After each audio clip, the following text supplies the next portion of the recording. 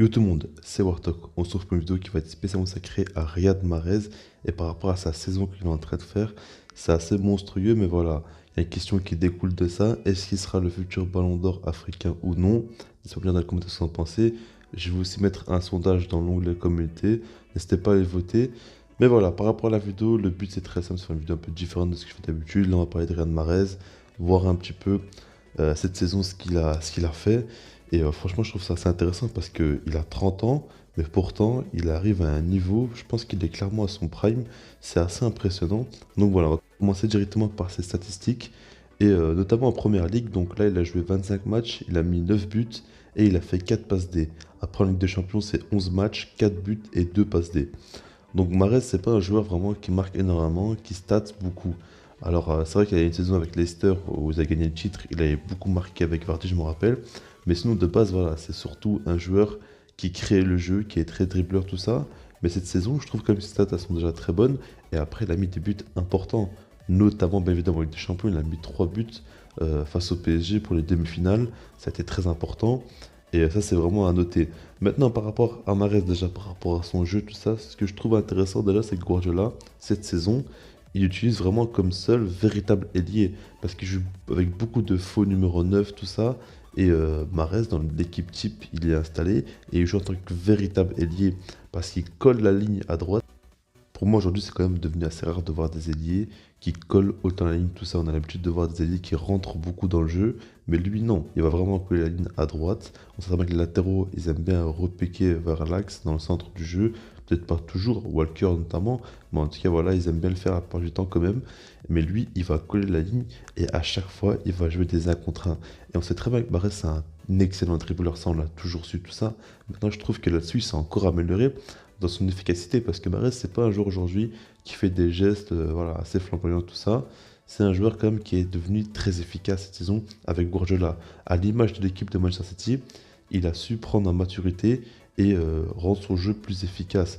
Avant, c'était vraiment une équipe qui jouait vraiment un excellent football, tout ça, mais c'était peut-être un petit peu trop exagéré. Et les joueurs aussi étaient un peu comme ça. Mais Mahrez, c'est vraiment à l'image du club, comment il a évolué. Et c'est très impressionnant de voir qu'un joueur de 30 ans arrive à autant évoluer. Franchement, déjà physiquement, il est au top. Mais après, même pas que ça, vraiment dans son jeu, dans son intelligence, il sait aussi bien évidemment faire la passe au bon moment ou bien prendre la décision de frapper au bon moment. Après, c'est vrai qu'il est peut-être des fois un peu perso. C'est vrai que des fois, il aime bien marquer, enfin, il aime bien être un petit peu solo, tout ça, vouloir à tout prix marquer alors qu'il pourrait faire la passe. C'est vrai, maintenant je trouve que là-dessus c'est quand même bien amélioré et que c'est quand même rare de voir des actions de Mahrez où vraiment il est en mode solo, il veut vraiment marquer lui-même tout ça. Maintenant voilà, par rapport à ce joueur-là, je trouve vraiment que son évolution elle est fulgurante et c'est même pas que par rapport à l'aspect tactique de Guardiola. On peut aussi parler de sa mentalité qui a bien évolué tout ça et c'est pas pour rien qu'il a su mettre Sterling sur le banc. Ce qui est fou, je trouve, c'est qu'au début de saison, on disait que Mahrez allait pas trop avoir de temps de jeu, qu'il rentrait pas trop dans les plans de Guardiola, qu'il y avait d'autres joueurs devant lui, notamment des Bernardo Silva, des Sterling, tout ça, mais il a finalement tellement été bon qu'au final, Guardiola le met clairement dans l'équipe type et je pense limite qu'avec De Bruyne, c'est les deux joueurs euh, indiscutables vraiment dans l'attaque et il n'y a pas de question à se poser par rapport à ces deux-là et c'est quand même fou. Maintenant, pour répondre à la question de la vidéo, est-ce que Riyad Mahrez sera le futur Ballon d'Or africain ou non? Franchement, pour moi, la question est vite répondue. Je pense clairement que oui. Après, on peut parler d'un joueur comme Edouard Mendy. Je pense que c'est le seul vraiment qui est concurrence. Peut-être que je me trompe, c'est pas bien dans les commentaires si vous avez d'autres noms ou quoi. Mais moi, je pense directement à Edouard Mendy pour le concurrencer. Et c'est vrai qu'avec Chelsea, quand même, il fait une énorme saison. Il répond quand même à beaucoup de besoins, tout ça. Mais franchement, Mahrez, ce qu'il fait, en fait, ce qui change vraiment, c'est que déjà, City va gagner la première ligue. Et franchement, Mahrez aura joué pas mal de matchs, a été décisif quand même. Et puis en Ligue des Champions, il faudra voir la finale comment va se dérouler.